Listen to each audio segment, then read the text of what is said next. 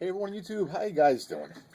So I thought I'd do this vid to show you what I've been working on. Just small projects, just little things I wanted to do for myself or maybe up for sale or trade if someone's interested, not sure.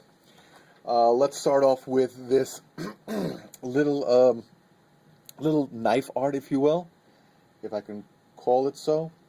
It's a thick chunk of 440C, which was heat treated to about 60, little harder than usual, which I offered up for trade a few months ago, and kind of lost contact with the person who was interested in it. So it's available. It has the rock pattern. It also has, let me bring it closer to the camera. It has a pitted surface from the mill. There's the original milled surface. It's pitted, 440C stainless. It has a mirror polish. It's got a little bit of a haze on it, or smudge on it. I should have cleaned that up a little bit. Let me see if I can find myself in the camera. I can't. Maybe I gotta put it over here so I can see it better. Yeah, there's hopefully some haze. There we go. My head's tilted to the side. Okay, so it's got a mirror finish. Here's, oh, maybe I can put the camera. Where's the camera? Where are you, camera? Can't find the camera. I saw the tripod a little while ago. That's the tripod. That's a tripod. And I guess that big black thing is the camera. And the light source, which is pretty bright right behind it, is enhancing the haze. So it's 0.3, so it's chunky. But let me tell you, for as a piece of knife art, the grind line is fairly straight and goes along with the bottom of the handles, pretty much in line. The rock pattern is pretty cool, and for a letter opener, just something to have propped on the desk, I made a stand out of a piece of Japanese maple, a tree that fell during Hurricane or Tropical Storm Sandy. I polished her up and put some tung oil on it. And what I plan to do is bore out a hole, put in a magnet in there, and then it'll have a little more secure base, so it doesn't tip over. It'll kind of be stuck. So I don't know. Thought it was a nice presentation.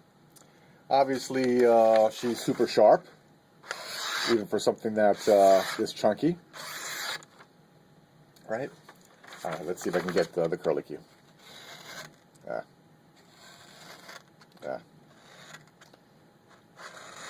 Well, I'm not really getting a curlicue. There we go. Am I in camera? Yeah, I think so. Let me see if I could shave the paper. I was doing that a little while ago. See if I can still shave it. There you go.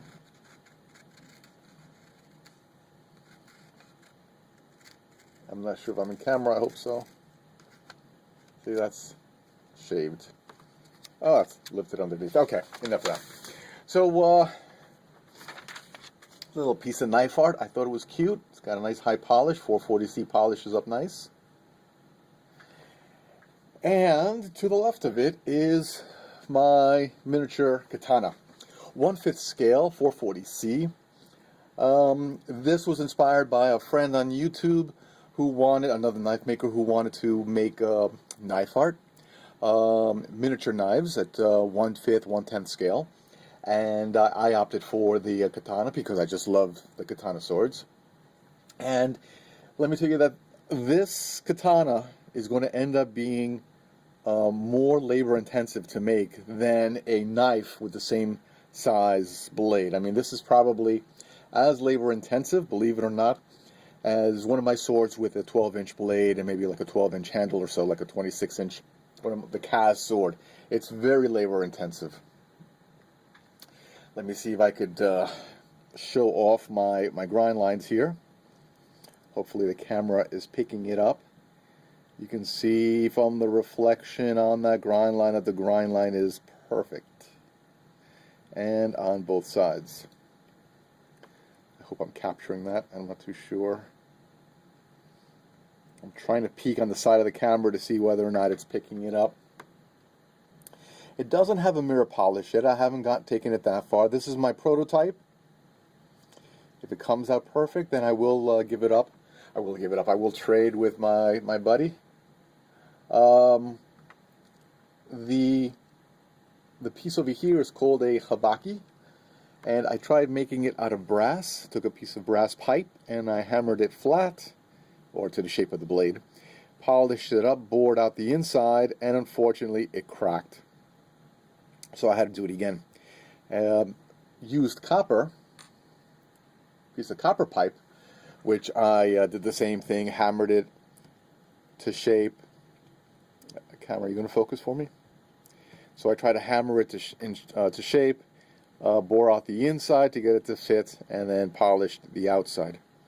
I'm not sure if the camera is focusing. I'm going to use my nail so I don't get it. So the fit is tight, perfect. What I'm working on next is the guard and the SEPA. The guard is called dropped it, is called a Tsuba, T-S-U-B-A, Tsuba. This is a piece of circular saw blade. Some sort of tool steel, I'm sure. So this was the first attempt. Came out a little small. This one came out a little small. I'm going to save that for other pieces that I have. I have a wakizashi and some tantos to make. And this one came out nice. So drilled some holes, filed them out, and now she fits. And obviously I've got to I got to take it down to where the red circle is. So this is becoming a big project. I must have already put in 40 hours of work just to get this far. Very hard to manipulate this little piece of steel on the grinder, and very tough to get the grind lines perfect. I'm pretty surprised that I was able to get it with the first time around. The one down below is the next one I'm going to be working on. The katana swords also have these washers called seppas. So I'm also working on these. These are made out of copper, 0.083 inches thick, which I drill the holes out, and then I'm going to file them into shape. To show you an example, here's a sword that I bought, folded steel, bought it on eBay for cheap. This is my practice piece. Same copper, drilled out the holes, filed it down. It still needs a lot of work. I actually finished this one yesterday. The edges were snipped with tin snippers, and it's a snug fit. Let me get it in there. Is that the pretty side? No, it's not the pretty side. Maybe it fits better the other way. There we go. And with a piece of carbon fiber, rock pattern, I made the Tsuba for this one. And the washer needs to be filed down, of course. It's too large. But, well, you know, just practicing making samurai swords. And it's a fun project. Eventually I'll be making them out of 3V steel. So they'll be super sharp, super tough. And 3V steel, when tempered the right way, actually has a slight spring-like quality. So that's going to be pretty cool. What else? Okay, so this is a silly project. This was going to be a little neck knife, and this was the handle, and then the blade came out. I put a gut hook in it. I hated it. It didn't look right. Cut off the gut hook, then made this the handle, and then that's the blade. So of course, I didn't intentionally design the knife so I had like a safety tip, or no tip at all. But it turned out to be a nice little utilitarian type knife, which you can choke up on, come back on it, and of course even for self-defense. Doesn't have a stabbing point, but this is more of utilitarian. 3V steel still has the red from the heat treating process. My dad did the want to call it a rock pattern, his version of the rock pattern on the top. And then I added my version of the rock pattern on the back. So this is going to be a utilitarian type knife. Obviously she's sharp.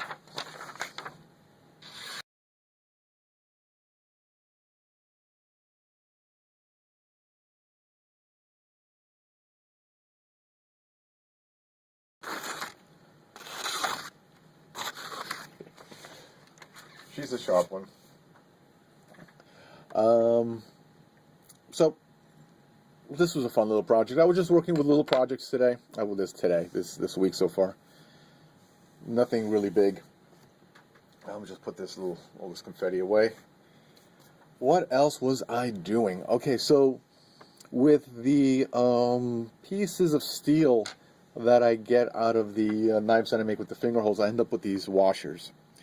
So I decided to make a few of these instead of putting them on a lanyard like you would with a schmuckatelli type bead, a skull bead. I decided to clean these up a little bit. This one has like an 80 grit finish, or maybe a rough 120, I'm not too sure. I think it was 80 grit. Has some ripples on it. 80 grit finish, nice and round. So this would go on a lanyard. Of course, it'd be easier to see what it would look like if I had it already on a lanyard, I understand, but you can just use your imagination. Not only will I make them like this, I can also polish them up. This one is 3V, slightly polished up. I haven't finished doing it. I got this far with the polish and decided to drill a hole, and either the drill bit was dull or I didn't have a good grip on it and it slipped, so I have to go back to it. Or make it some of a satin finish. Or I can make them like a rock pattern. Why not? So here, hopefully the camera will focus on it. There we go. So I can do a rock pattern. I think the rock pattern ones are pretty cool, being that it's DigsFossils and knives. So this would go, in a lanyard with maybe what's it called, like a monkey fist knot above and below, and then your cobra paracord. Or I can also acid dip it. This is 440C. 440C turns to like a gray color when you do the ferrochloride dip. So I can acid dip it and then kind of rub it on like a 400 grit paper, just get the little bit of the shine to go through. And if you take it a step further, this is what I made for my wife. 440C, dinosaur footprint. Let me just use the light to shine on the claw marks of the dinosaur footprint. So it's another disc which I drilled out another disc with the center hole, and I drilled out the other holes for the dinosaur footprint, and then a hole for the clasp. I bought these clasps. I think I like it, or Michaels or something. I think it's got like little diamond chippies in there. Put the necklace in there, sterling silver clasp. 440C. I've had something like this on my keychain. Mine is the clasp, of course. And it holds up rather well, doesn't rust. I've had it for a couple of years now, mine. This is the second one I've made. I think it came out pretty sweet. She likes it. So I made her a little bit of steel art for her. A little piece of jewelry. What else do we have? Oh, hold on, guys. I wanted to show you what my son made. I don't have it ready. Darn. So my son wanted to make this. He asked me for some mouse balls.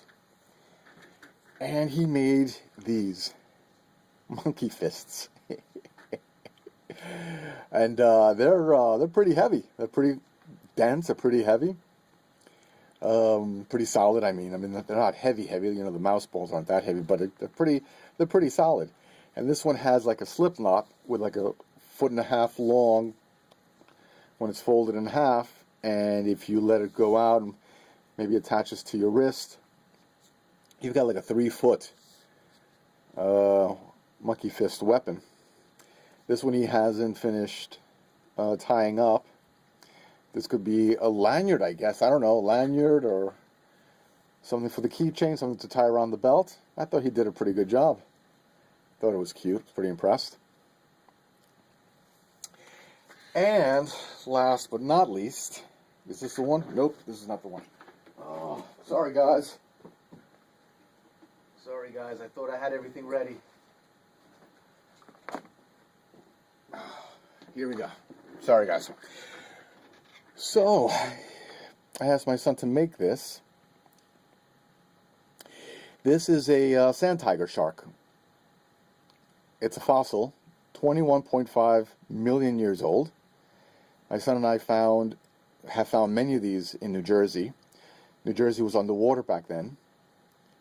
So when my son and I go out fossil digging, sometimes we go out looking for shark teeth. And we've got a little bit of a collection.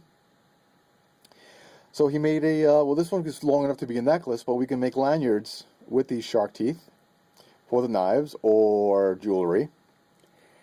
And although, you know, it is pointy, and this is brittle, it's fossilized, it's like a rock almost.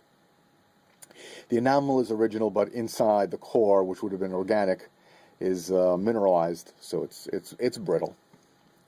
Probably not what you'd want to put in your pocket because it will poke through, or it could go through the skin. But I don't know, if instead of a Schmuckatelli bead, if you want a DigsFossils and Knives fossil bead instead, it's your option. We can do it. This one is a necklace. Alright guys, so I hope you're having a great day. Hope your weekend was superb. Thank you for your time and comments. Appreciate it. Have a great one. Bye-bye.